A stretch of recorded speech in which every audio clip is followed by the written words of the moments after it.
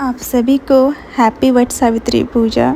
जितने भी married women हैं जो भी ये फास्ट की है, सबको इसकी बहुत बहुत शुभकामनाएं। मैं नहा ली हूँ, देखिए मैं मेहंदी की भी कलर अच्छी आ गई है।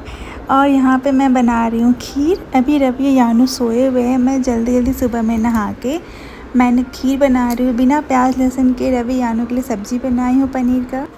और पूरी के ना मैं आटे भी इधर रेडी कर दी हूँ कि मैं पूजा करके आऊँगी ना, तो रवि के लिए लंच में मैं पूरी बना दूँगी। और ये ना मैं कुछ छोटे छोटे ऐसे वाले डिस्पोजल मंगाए हैं जो कि वहाँ पे मैं पूजा करूँगी, प्रसाद चढ़ाऊँगी। तो ऐसे बोल में ना प्रसाद चढ़ा लूँगी, क्योंकि गौरी जी का पूजा होता है। 7 जगह जो है वो नाग देवता को चढ़ाए जाते हैं। बरगद के पेड़ के पास हम प्रसाद चढ़ाते। यहाँ पे मैं पूजा की भी मैं सब कुछ रेडी कर ली हूँ। मैं रेडी हो गई हूँ, जाती हूँ यानू को नहा के से कपड़े पहना के रेडी करती हूँ। उसके बाद हम जा रहे हैं पूजा करने के लिए। वट वृक्ष पे पहुँचने के बाद मैं सबसे पहले एक पत्ता तोड़ी, क्योंकि वो ना पत्ते को सर पे लगा के ही पूजा की जाती है। उसके बाद मैं सारी पूजा की तैयारियां कर रही हूँ। सबसे पहले मैं दिया जला रही हूँ। यानू फिर से क्रैंकी हो गई क्योंकि थोड़ी धूप थी और उसे लग रहा था ना कि क्या हो रहा है, और वो बार बार मुझसे पूछ रही कि आप नोज़ पे क्या लगाए हो। नाक पर से सिंदूर लगाया जाता है, तो इसके लिए भी बहुत पूछ रही थी क्या कर रहे हो मम्मा। और यहाँ पे था ना कि जितने भी सोसाइटी के बिहार के जितने भी विमेन लोग हैं जो भी है, वो सब पूजा करने आई थी। और यहाँ पे मैं सारा सामान सब निकाल देती हूँ।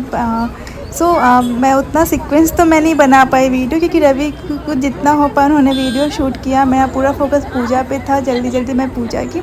यहाँ पे मैं वो जो डिस्पोजल वाला मैं बॉल मंगाई थी ना, उसमें मैं 3 जगह, एक जगह गौरी माँ को प्रसाद चढ़ाई, एक जगह नाग देवता को, और एक जगह बरगद जी को मैं सब कुछ प्रसाद जो भी था वो सब चढ़ाई।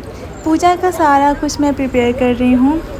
और सबसे पहले तो था कि क्लब हाउस में होगा। हम क्लब हाउस में भी गए, बट वहाँ पे ना बंगाली लोग थे, उन लोग का दूसरे तरीके से था। वो लोग मूर्ति बैठा के पूजा कर रहे थे, ये बनियन ट्री नहीं थे। तो फिर हम यहाँ पे तो सोसाइटी के बाहर ही यहाँ पे ये वट वृक्ष है वहाँ पे आ गए थे। और अभी देखिए सब पूजा करने के बाद यहाँ पे मैं मौली धागा जो कलावा जिसे कहते वो लपेट रही हूँ। अगर कोई इसे 3 बार 5 बार 7 बार भी करता है, कोई 11 21 जितने बार हो सके। मैं कभी 5 बार कर देती हूँ, कभी 7 बार कर देती हूँ, जितने बार में ना वो धागा हो जाए। तो कभी कभी मेरा 5, इस बार मैं 4 में ही धागा ख़त्म हो गया था। देखने से बड़ा सा लग रहा था बट वो ख़त्म हो गया था। तो मैंने फिर दूसरा उसमें जोड़ के फिर मैं एक और राउंड में पूरा की। और ऐसे कर कर के ना मैंने पूरा इसके साथ परिक्रमा कर ली।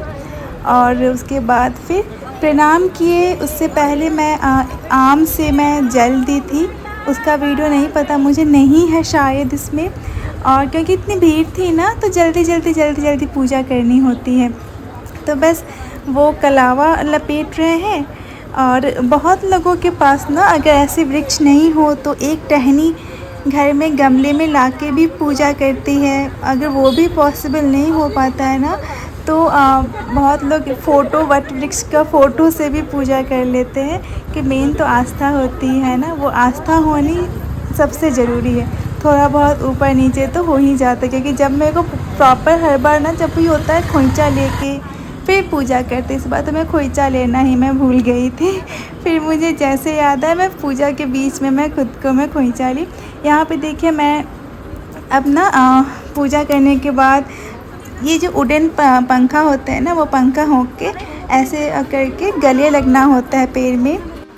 फिर पूजा करने के बाद ना वट सावित्री का मैं कथा पढ़ने बैठ के। वैसे तो सबको पता है, जो भी ये पूजा फास्ट करती है ना, वट सावित्री की कथा सबको पता है। बट जिन्हें नहीं पता उनके लिए मैं शॉर्ट में ये ब्रीफ बता देती हूँ। एक राजा थे, उनको कोई संतान नहीं हो रही थी। बहुत दिनों के बाद उन्हें एक पुत्री हुई जिनका नाम उन्होंने सावित्री रखा। बट उनके भी भाग्य में ये था ना कि 1 साल के बाद जो है सावित्री माँ के जो पति है वो मर जाएंगे। तो ऐसा उन राजा को तो पता ही था, वो बहुत दुखी थे। फिर नारद मुनि ना एक दिन उन्हें सपने में आए, उन्हें बोले कि जो उनके अपनी बेटी का जो हस्बैंड चुनने का डिसीजन है ना, वो तो अपनी पुत्री पे ही छोड़ दो। सारी बातें वो राजा ने सावित्री माँ को बता दिया। फिर सावित्री माँ अपनी सहेलियों के साथ जंगल गए। वहाँ पे ना उनको सत्यवान जी दिखे, जो कि गरीब परिवार से थे। उनके माता पिता भी अंधे थे और लकड़ी काट के अपना गुजारा करते थे। पर सावित्री माँ ने उनको अपना पति के रूप में चुन लिया था। सबके एक्सेप्टेंस से उनकी शादी हो गई। फिर जैसे जैसे वो 1 साल बीत रहा था ना, उनको तो पता था सावित्री माँ को कि अब उनके पति के ना लाइफ लाइन कम है, तो शिव जी की बहुत पूजा करने लगी। फिर वो वट जी की भी बहुत पूजा की और बहुत ज़्यादा शिव जी की पूजा की। शिव जी में ये है कि विधि का विधान वो बदल सकते हैं। फिर वो दिन भी आ गया जब उनका ना 1 साल कंप्लीट होने वाला था। सत्यवान जी हर दिन की तरह उस दिन में लकड़ी काटने जंगल में जा रहे थे, तो उस टाइम ना सावित्री माँ भी उनके साथ गई और उनको चक्कर आया। वो उनके गोद में ही वो सत्यवान जी गिर गए। फिर सावित्री माँ ने यमराज जी को आते हुए देखा, जो कि उनके पति के प्राण लेने आए थे। फिर सावित्री माँ ने कैसे अपने समर्पण से, अपने प्यार से और अपने प्रेजेंस ऑफ माइंड से कैसे अपने पति के प्राण वापस लाए। और इतना ही नहीं, जब यमराज जी जब ले जा रहे थे ना उनके पति को, तो पीछे पीछे वो भी आ रही थी। यमराज जी ने बोला कि नहीं, तुम नहीं आ सकती, तुम्हें बताओ तुम्हें क्या चाहिए। उन्होंने 3 वर मांगा। पहले कि उनके सास ससुर जो है उनको दिखने लगे, क्योंकि सास ससुर अंधे थे। फिर उनका खोया हुआ राज्य भी उनको मिल गया। और तीसरा वरदान उन्होंने मांग लिया कि मैं पुत्रवती हो जाऊँ। उसके बाद भी ना यमराज जी सब में जल्दी जल्दी तथास्तु तथास्तु बोल के तीसरे वरदान में भी तथास्तु बोल दिए। उसके बाद भी वो जा रहे थे उनके पति के प्राण लेके। फिर सावित्री माँ पीछे पीछे आ रही थी। फिर यमराज जी को उन्होंने बोला कि आपने पुत्रवती तो बोल दिया, बट आप मेरे हस्बैंड को ले जा रहे हो, तो आपका ये वरदान कैसे पूरा होगा। तो यमराज जी को ना उनके पति उनको वापस देना पड़ा। इसीलिए ये व्रत जो है हर मैरिड वुमेन करती है, और अपने पति का प्यार अपने पति को लॉन्ग लाइफ के लिए, अच्छे के लिए। सो ये है एक शॉर्ट में कथा। उसके बाद मैं पूजा के घर आ गई। नेक्स्ट का वीडियो आप देखिए। हाउस में पार्टी हो गया, क्या कप हाउस में पार्टी हो गया है। कब हाउस में पार्टी हो रहा है? कौन बताया? पापा पापा। तब आलता से क्या कर रहे हो? आदत के माता नानी बनेगी।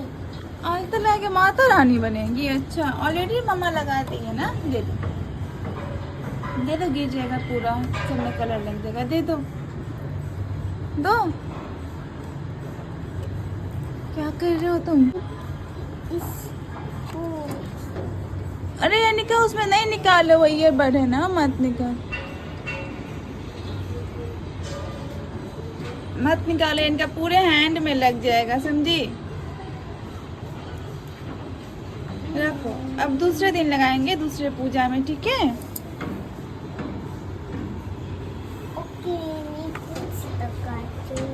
ओके, मैं खुद लगाती हूँ। नहीं, मत लगाओ, दो।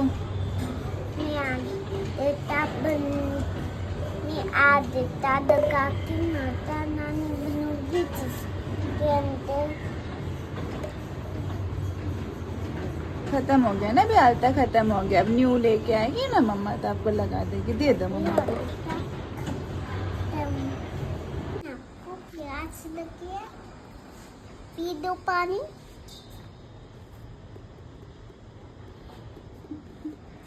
पी रहे हैं पानी? हाँ। ओए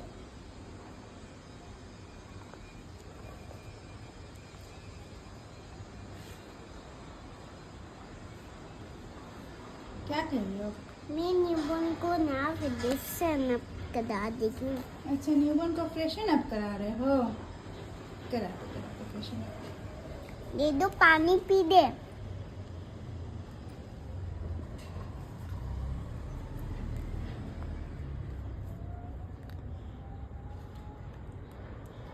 My baby wants me for the sun. I will take you to the ocean. क्या? Waka waka. Waka waka. Okay, wait.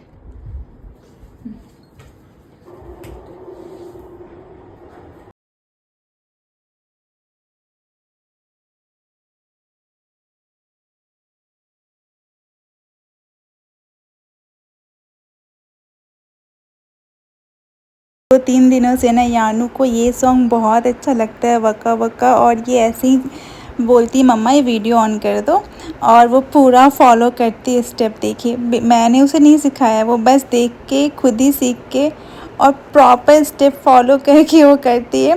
उसके बाद वो अपना एक डॉल के साथ भी प्ले करती है। उसे बहुत मन था कि मम्मा फिर से आलता लगा दो, बट मैंने बोला कि नहीं वो ड्राई हो गया। तो ऐसे ही ना मैं उसको कोशिश करती हूँ सब चीज़ों में इंगेज रख सकूँ, और वो प्रॉपर अच्छे से डांस भी कर रही है। और ये देखिए रवि को ना थोड़ा फीवर और हेडेक हो गया था, कैसे यानू ना आइस पैक लगा रही है। Ice pack, ice pack. Take it. पापा को हेडेक हो गया। Take it. पापा को क्रीम लगा दूंगा। Thank you. You're welcome. लेकिन उसे दोबारा मत। अच्छा दोबारा धूप में नहीं जाएगा पापा। थोड़ा सा लगा दोगे आइस पैक, ठीक हो जाएगा। लगा दो। डॉक्टर जिनका। I'm a scientist. Thank you Honey. बहुत नोट्स भी दिया है। Take it. ओके आप क्या करेंगे? सॉकर कुछ आप क्या लगाओगे? क्रीम? नहीं, अभी मैं टॉवल। ठीक हो गया। अब ठीक हो गया।